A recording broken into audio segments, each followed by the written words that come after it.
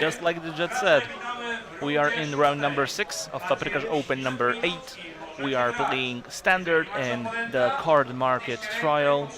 The prize pool is 2,000 euros. The players are battling for lots of great prizes from our sponsors.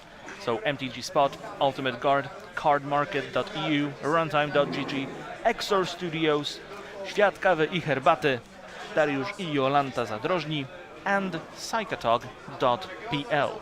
So this round we are going to see Martin Hrcej and Sebastian Bokota. We will be able to tell you what they're playing very, very shortly. So we hope for no more Esper, at least until top 8.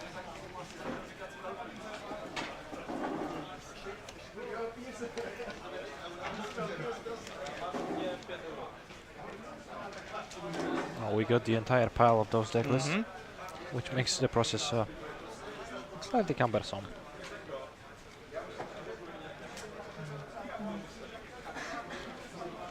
I have got one. That's Sebastian Bokota, and we just need Martin's. There is one. Yes. So we've got.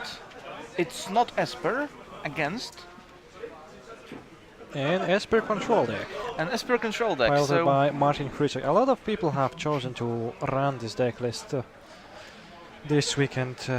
It has been called the best deck in the format by some people on the internet. It has been called an unplayable deck by some other people on the internet.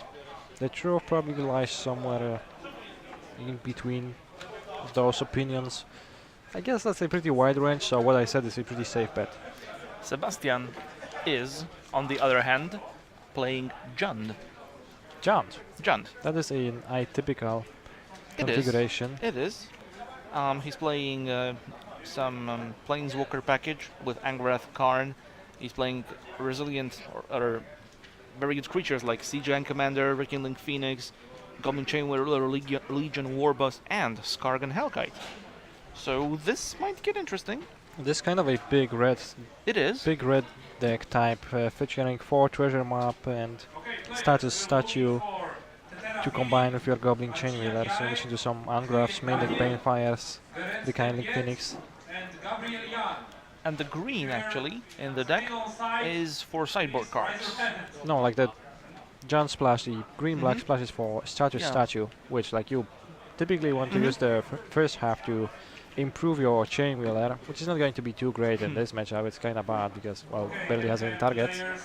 This matchup, it really trumps the mid-range mirrors. So if you get to play with your opponent with for kinda just 1 mana, you need to play your Chainwheeler, but you also get a free first striker out of that.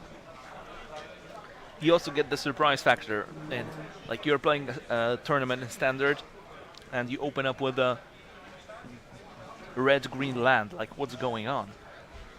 It is atypical. So this is kind of an outlier for the current meta. We see treasure map being activated on upkeep. That's a great source to filter your draws, improve the quality of your cards, and also eventually get some extra card draws in. I envision this matchup to be kinda bad for Sebastian, game 1. The control deck goes over the top of these style of decks, so Sebastian's hope is to basically Banefire Martin from a high life total. It's not always going to work, especially since the deck packs well, both the incidental life gain and some in form of absorbs and some thought erasures to erase some thoughts. Interestingly, Martin chooses a Siege Gang commander, so that kind of exposes his hand as a hand that does not have too many answers to Siege Gang exactly, so not too many sweepers, not too many Chaos Rafts. I guess he has a Chaos Raft, but then he like takes the other copy of the Resilient Threat. Not to let Sebastian to force him to Raft and then Raft again. Perhaps. Like, this is a clear spot to resolve Phoenix.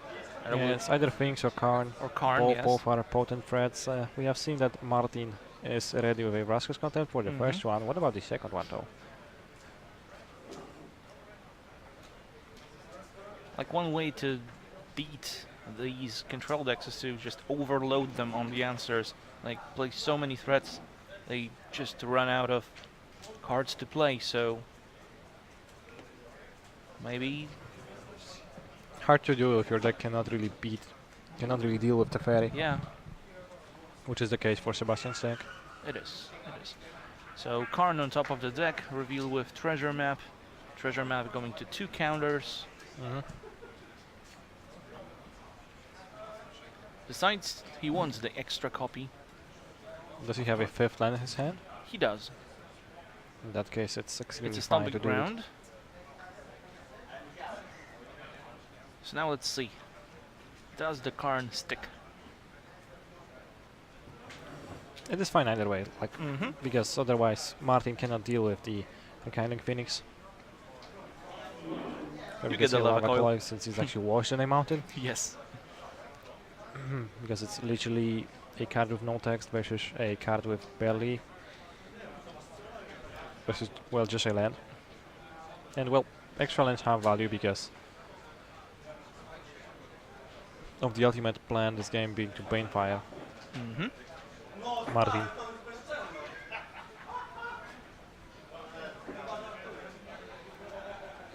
So Martin can Teferi tag the Phoenix. That leaves, probably is going to be the play. That leaves the treasure map ready to flip. He actually goes. Martin chooses to destroy card. And Yeah, that's pretty common play to just, it has to be a threat that means a lot for Teferi to be worth it to tag that pyramid in general. Since I'm not a naturally super talented control mage, when I first started playing the deck, control decks, I tended to use the -3 ability on Teferi kinda aggressively, but it turns out that it's just not worth it so much of the time. Sebastian's going to utilize one of his treasures to try and develop a Siege Gang Commander. That actually resolves. Is he going to spend all of his treasures to clear the Teferi? Might do so. That would be an aggressive line. A cast down. A cast down into a Chaos Trap. It's a huge punish. That's going to sting. That's why I've been inclined to attack with the Phoenix first to see what is the route that Martin will choose. So it all combined very well for Martin in the end. The way Sebastian sequences threats is a pretty clear sweeper now, and he gets the Teferi at 6 counters versus a deck that can barely remove Teferi. Sebastian could sacrifice a Goblin to deal 2 damages to Teferi, but that costs 2 treasures, which is a huge cost. And decides it's worth it. Or doesn't. Does.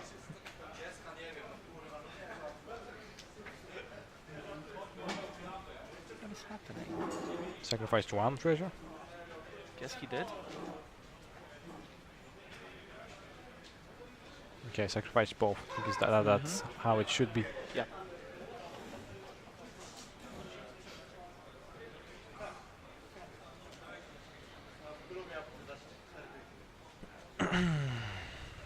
Just a black source, and it's going to be a very uphill battle from now.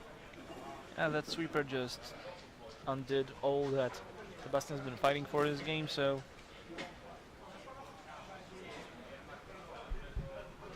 Karn sticks. Let's see what it exiles.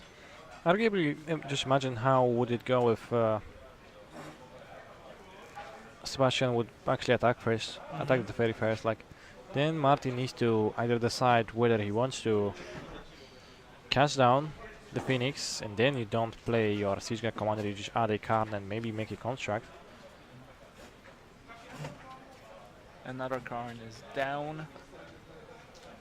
to Vraska's Contempt. Teferi is completely uncontested at this point. Let's slow this down. This is Teferi's Yeah. opening line when he drops to the battlefield. Typically it gets immediately plus afterwards, and then he says, pick up the pace. So that's, you could see that, you could say that those are somewhat conflicting messages, but You know, Teferi is a time mage. He decides how it flows, so yeah. I think my favorite line from Teferi is time for plan B as soon as I think of one. That also, I didn't hear this one. That sounds cool. but that also like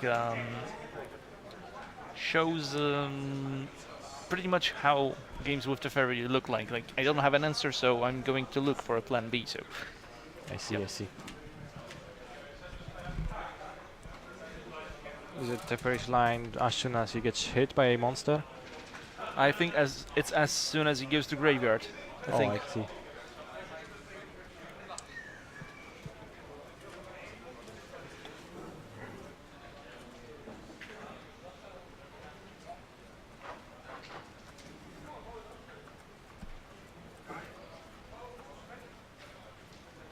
Well, the person that is looking for a plan B and trying to think of one right now is certainly not Martin, it's Sebastian. Mm-hmm. Might see Banefire killing the Teferi, but it's basically in a way also giving up hopes to win the game. End of turn I will draw 2, discard a card, draw 2, extra, Because why not? flip my Ascanta, the Sunken Ruin, find another Teferi or whatever, plus my Teferi, go. What are you going to do about it?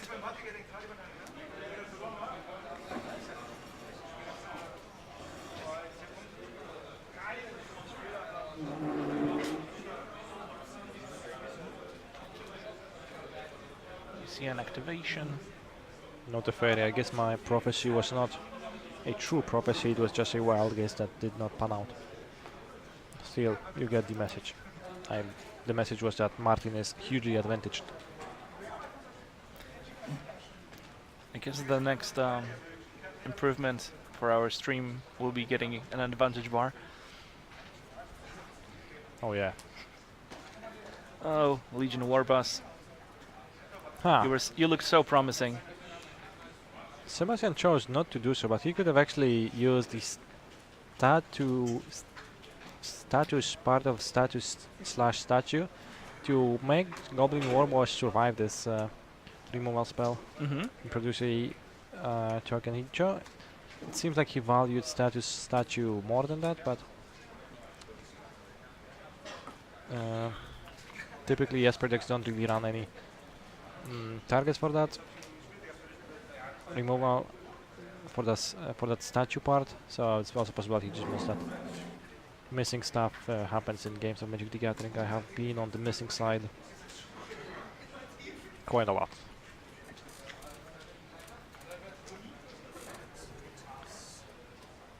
And the typical end of turn shenanigans from Esper deck.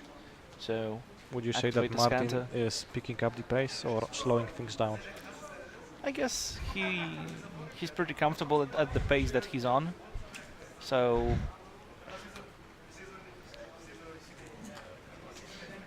I think he's picking up the pace. okay.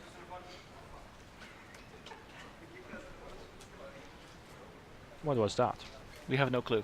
Okay. But I guess that I guess that was the end of the game. So yeah, there we have it. So the first one is in the books.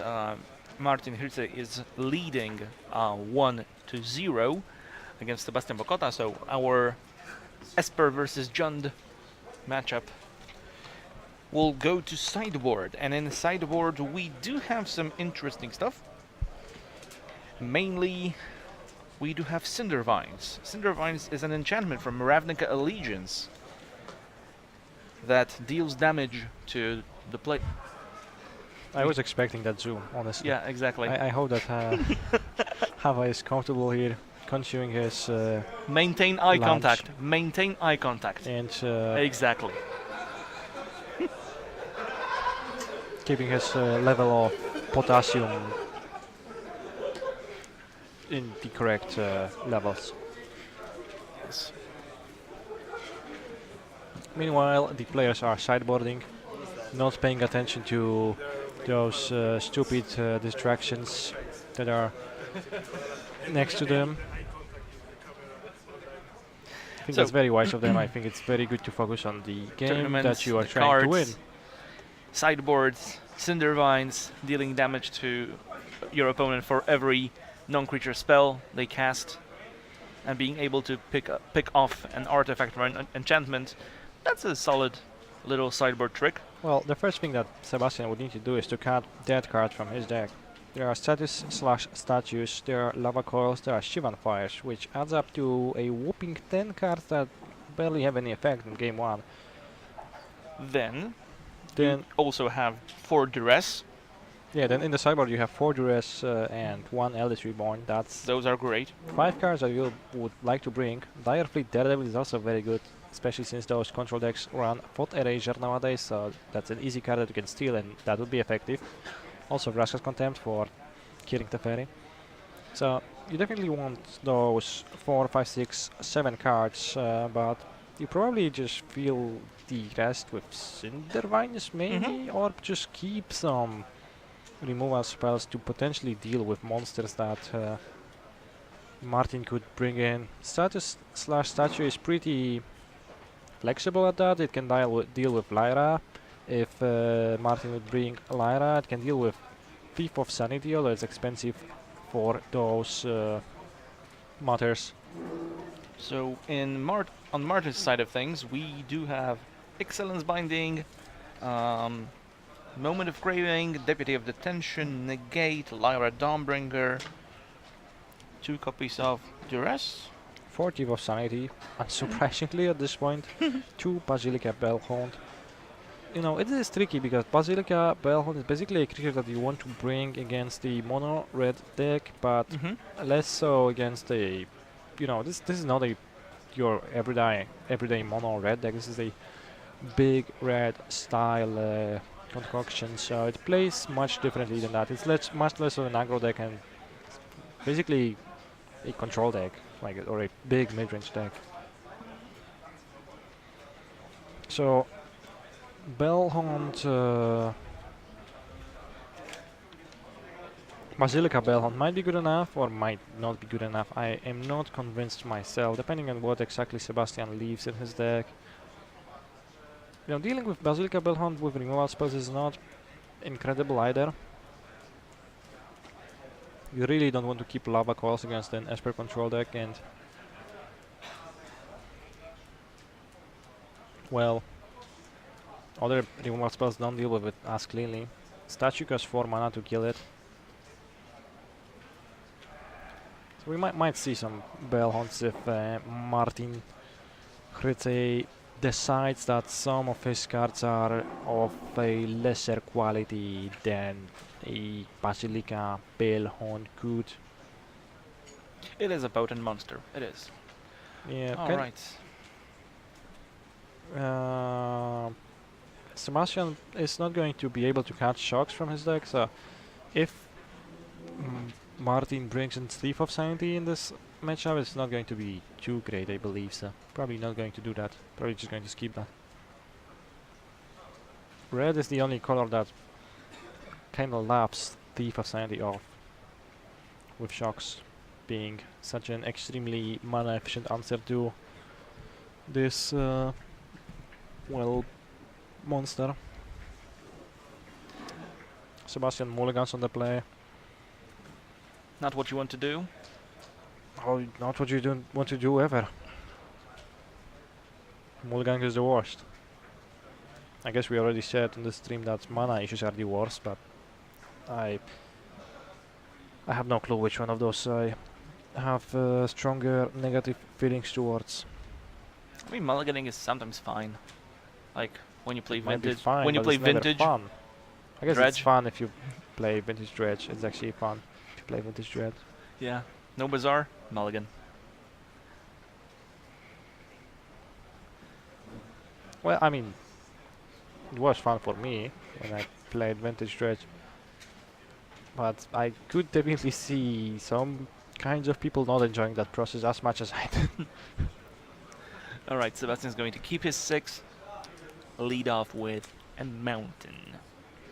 So that duress That is a duress, makes indeed. sense. That is a way to deal with treasure map in opening hand, Or a because Karn. otherwise you don't have any, and there's Mhm. plenty full of non-creature spells in Sebastian's deck, and there's Banefire which you want to deal, and like Banefire is going to stay in your hand for a long time.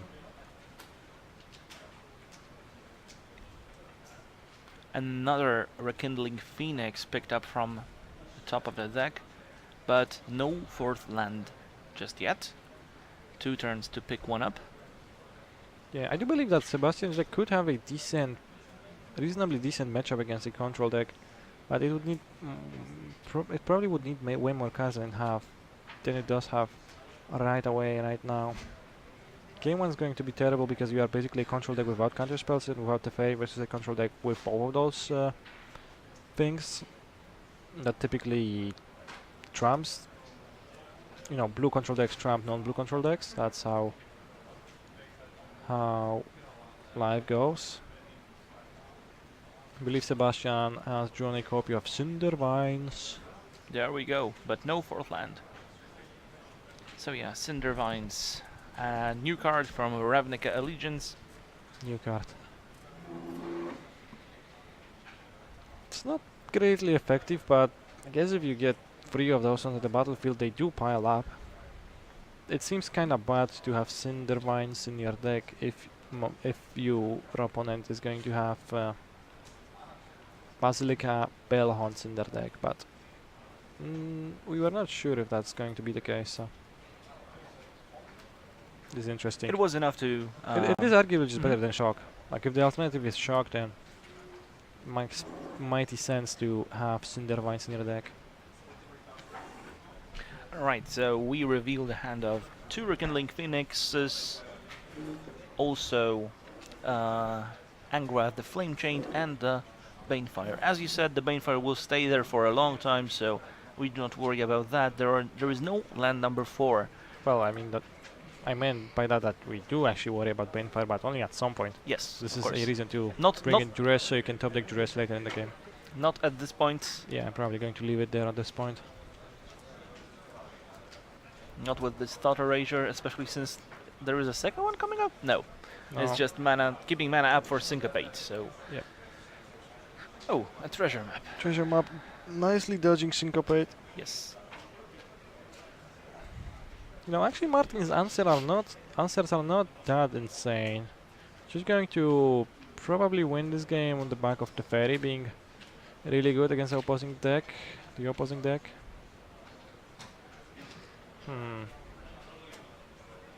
Sebastian gets to scry, presumably looking for land. You know, we have heard a lot of talk about the fairy decks being potentially problematic / extremely strong when one sort of Nika Legions drops with its supposed Azorius cards. Turned out that players didn't get many Azorius cards actually, but The lands. still, the lands were enough to just build a control deck that's kind of decent at stopping most of the things we have seen today. Choosing to ignore the treasure map over plusing at the fairy. You could see minusing at the fairy on the treasure map right now to deny Sebastian both the cards and the mana, but it's always also just fine to plus here at the fairy. Let's see what happens with the scry. That's a stomping ground. Decides to keep the stomping ground. It's good enough. Well, he still has that Banefire. It's not going to burn Martin from 19 just yet, but he can play Rekindling Phoenix. Oh, he's going to go Oh. at the ferry. He's going to burn the fairy. Well, in that case, Sebastian is going to get burned by the extra copy of the fairy that Martin Hrutze was prepared with. Such a heads up play to have the extra one in hand. Now Well, they with do tend to pile up, being legendary and stuff.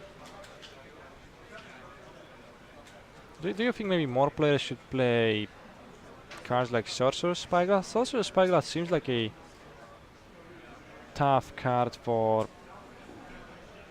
the Esper deck. They cannot remove it once it hits play. It is an artifact, which is the untouchable permanent type.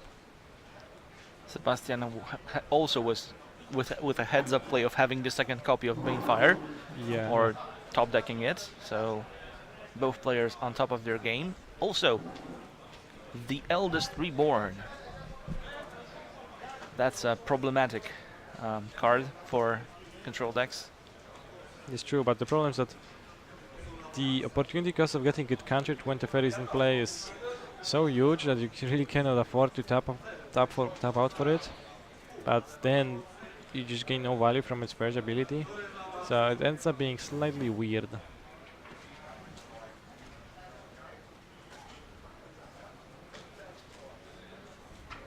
I did actually play with the Eldest Reborn in my sideboards a bit, and Of Turn- Vortex. usually it was in control before we had Thieves of Sanity when I still had room for that. And sometimes I would just play it on empty board. Like I have 15 mana, you have 15 mana. I'll just play it on empty board and try to grab anything from the graveyard just to pick up some value. Because as you said, the cost of playing it is extreme. Yeah. I do believe Martin has just removal spells in his hand, so We might slow things down. so the Eldest Reborn might get played with the intention of getting either the Teferi or Angraf. I do believe Angraf might be slightly better than Teferi for Sebastian, although it's Thought arguable. Erasure might. Oh yeah, he chooses not to play it and then gets super punished by... By super punish I mean mediocrely punished, with Fodder probably taking the Eldest Reborn. Martin sees it as a much greater threat than Status Statue, and well, I would say that reasonably so. We agree on that.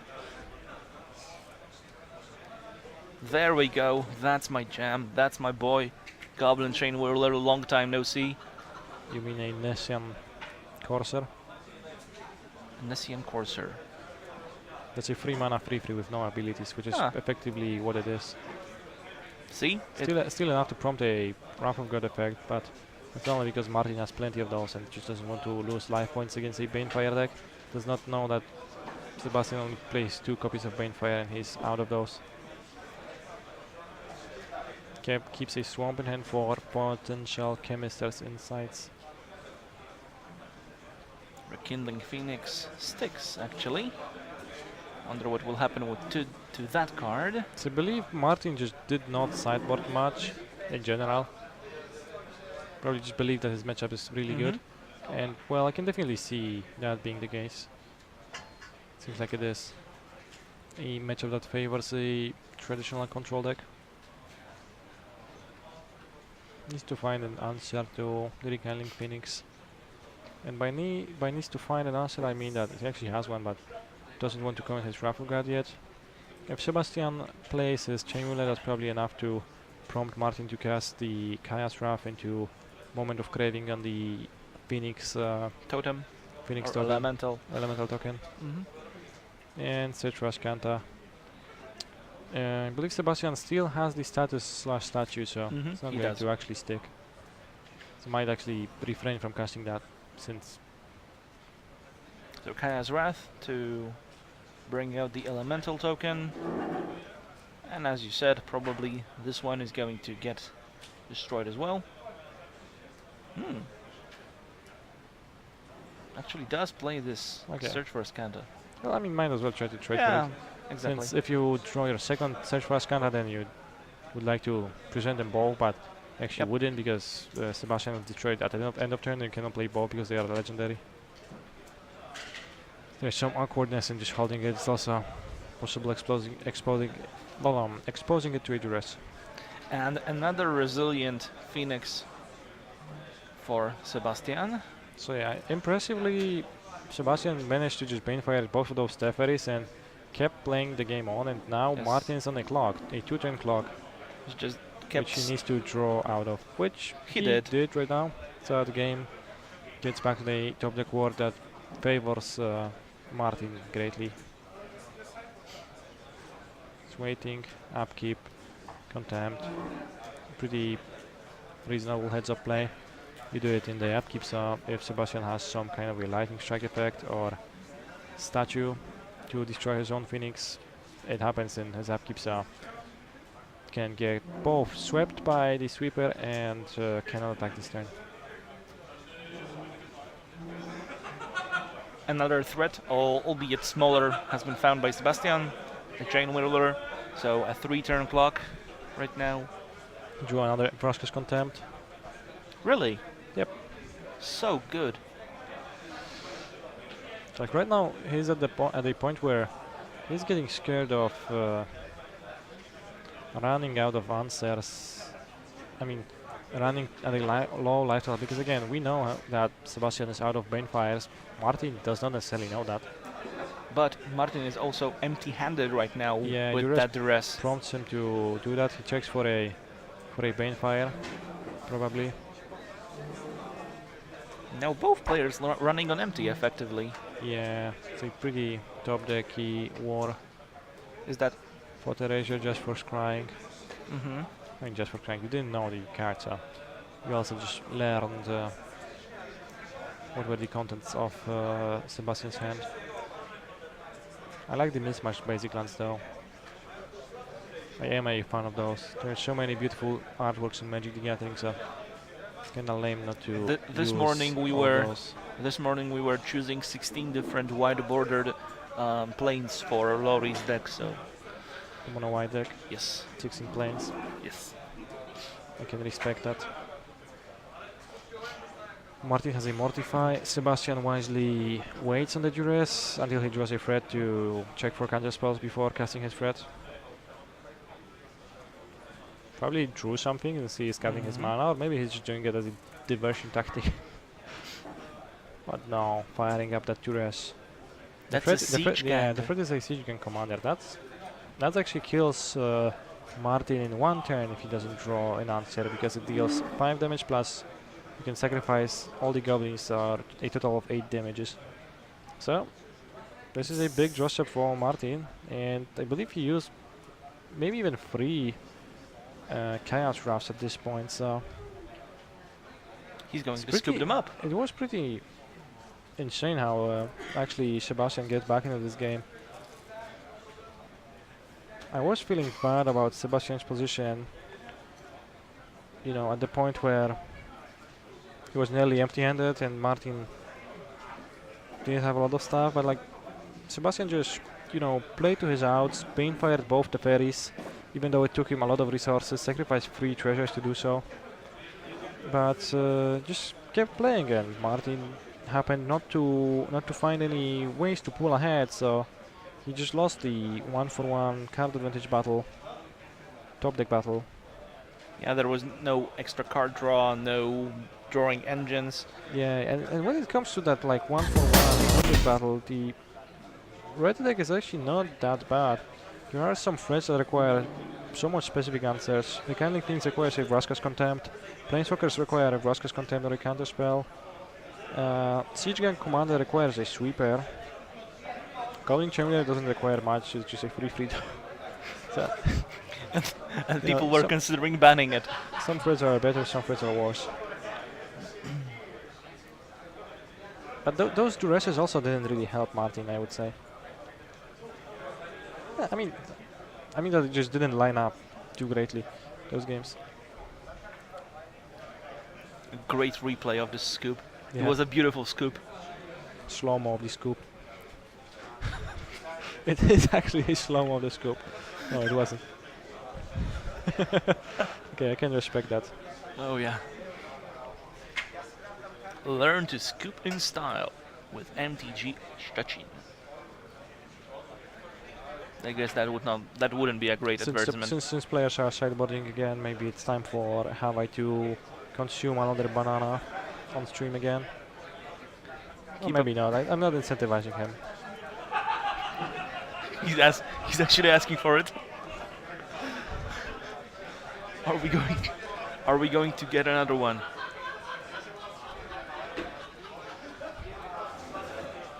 It's a very tasty and healthy fruit to eat, so it's not going to hurt him.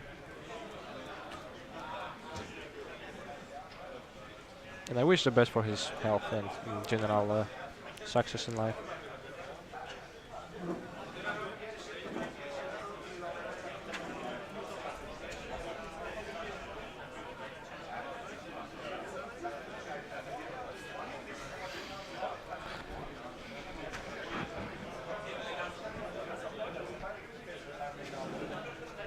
Do you think players maybe change something for game 3?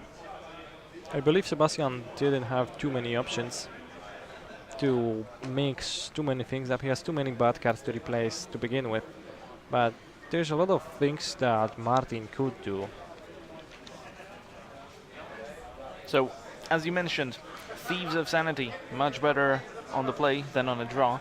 But I don't know if you want to play Thieves in this kind of there's still matchup. the risk of some leftover shocks being in the deck, and then that's such a bad thing.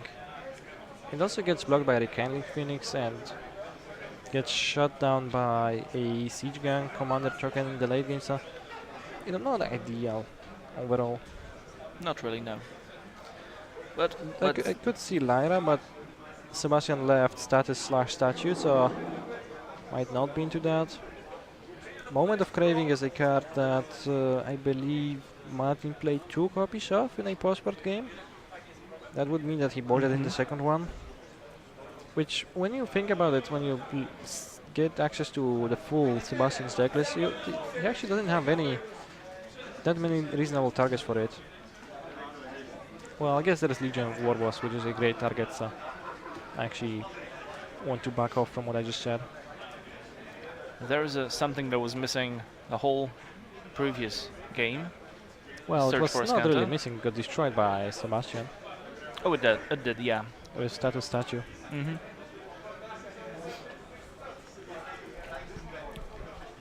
Let's see the whole hand contents with the dress.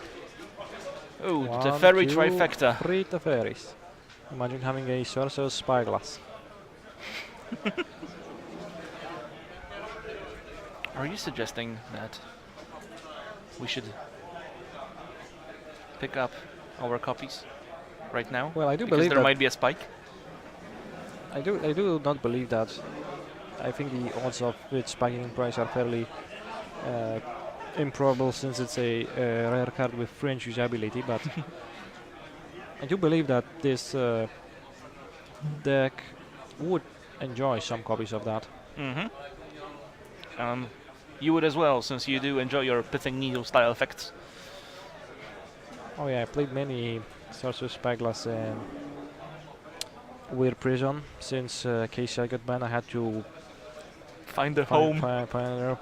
find another nonsense, preferably artifact, but not necessarily artifact deck and modern to play with.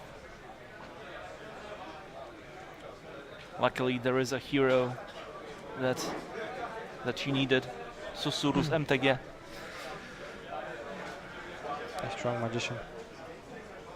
Strong and proud magician. Okay, so that Duress took out Absorb out of Martin's hand. So we see that consider status statuing the Sage Frascanta. Not in love with that play, but it is tough for Sebastian, since he needs to deal with those Teferis somehow. So he would need to add a threat to the board, but if he adds a singular threat, it can also get Teferi minus.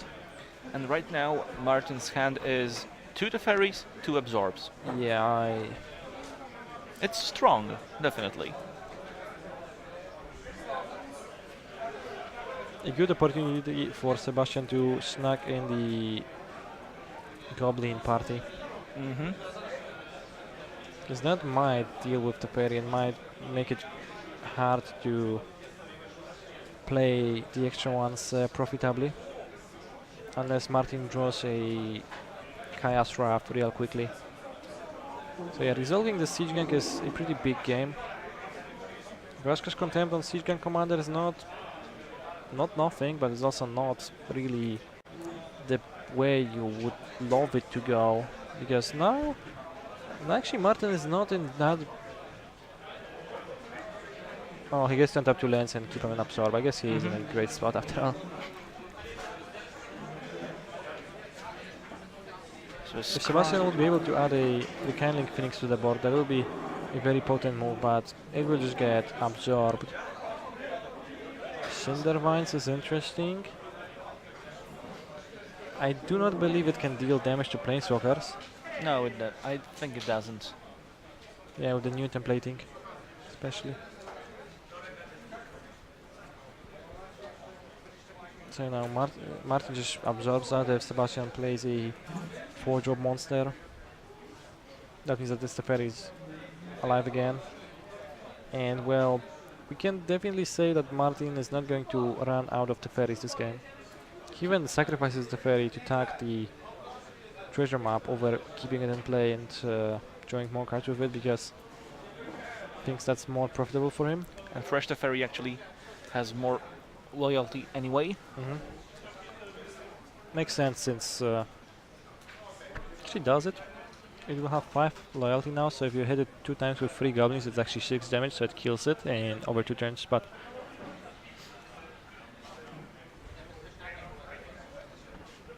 Martin has an extra absorb. Let's see what Sebastian does here. He can double spell. Either play the Chain Wheeler, that's not hugely attractive, or try to play Cinder Vines and then Karn Sign of Urza. Cinder Vines the first play. It's like this is something that you don't really want to absorb, although it's going to be slightly annoying throughout the game, but probably not a thing that you want to spend your counter on. You might though, like... Yeah, decides against it, which I find hugely reasonable, because if Cinder Vines, even if Cinder Vines proves to be a problem, it's going to take a long time before it does.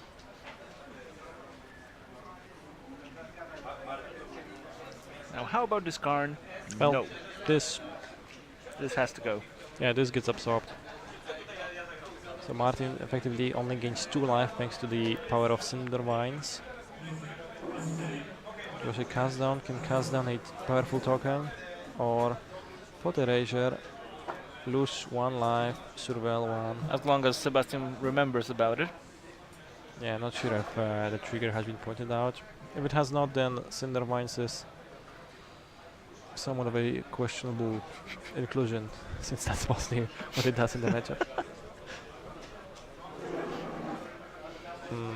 Next turn Sebastian draws a treasure map. This turn I didn't see the draw. He's going to attack the Teferi. Going to kill one of the goblins. Keep Teferi. Yeah, Sebastian alive. is placing his hand on his head in a thinking gesture. Probably thinking about all these Cinder Vines, points of damage. Or maybe about potential of Chaos Raft being a pretty devastating one. Would be pretty But Martin devastating. fails to draw those. I do think that Martin's draws overall were not the most fortunate of the draws that he could have gotten, but again, like, the threats that this red deck presents in some ways spread the removal spells that Martin has access to thin. There are some ways in which they make life of Martin tougher.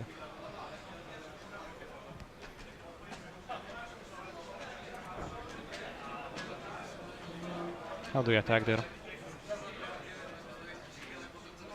Probably send 2 goblin tokens at the ferry. Maybe 3 for safety. I don't think there is a reason for that, because if your opponent kills a goblin of yours and you just sacrifice it. Sebastian chose to play it differently and just attacked for 6 damages.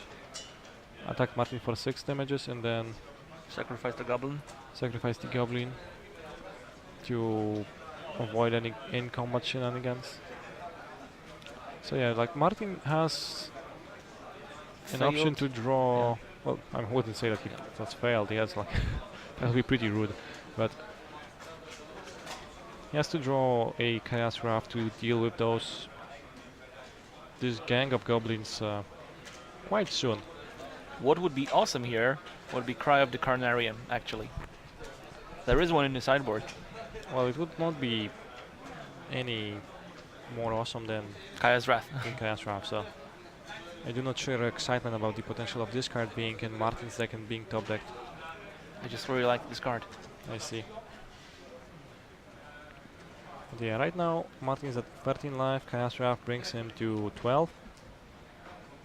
And Siege Gang Commander and his friends bring Martin to 1, 2, 3, 4, 5, 7 life points, and then Steel doesn't get shot down, but Cinder Vines actually make him unable to cast a spell ever. So since all Martin has is lands, he's going to put up a show and try to represent Settle the Wreckage the most that a person could ever represent a Settle the Wreckage ever. So problem is that I believe that Sebastian is not unlikely to fall for that.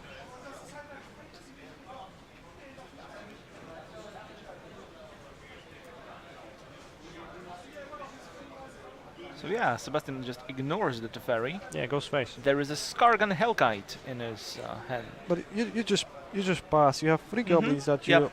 can sacrifice.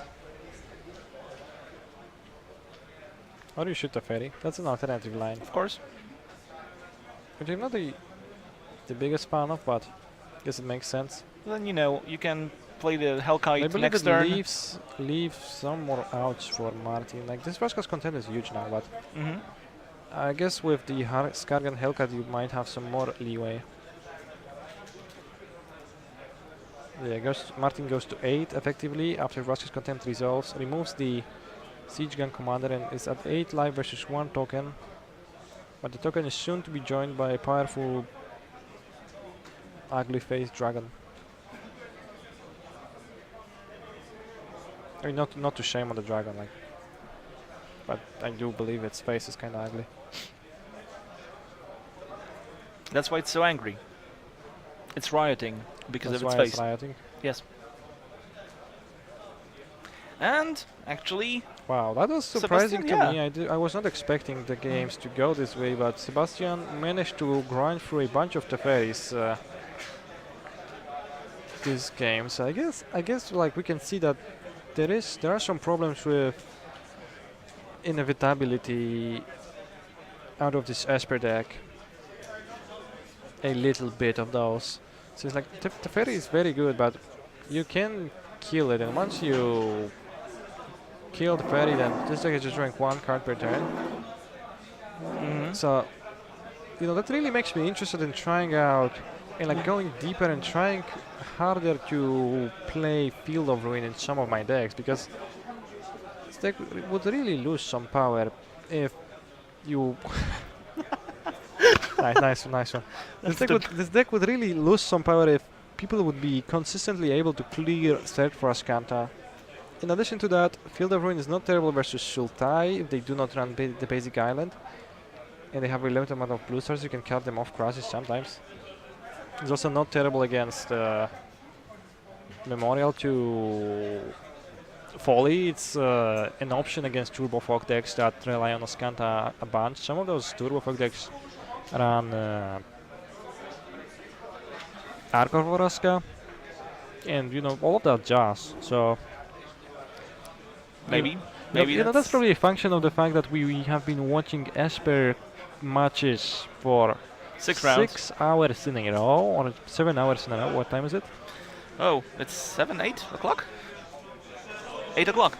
Yeah, so like 6 hours in a row of Esper matches. So that really makes you think that the entire metagame is just Esper decks, but that's not actually true. We don't have the metagame data. I don't know if it's going to be We could like viable or not. prepare it, But- but you know, we There was a lot of Esper decks, and like that makes me think of ways to beat Esper decks. So Alright. those would be Field of Ruins and Sorcerer's Spyglass. Sure, go ahead.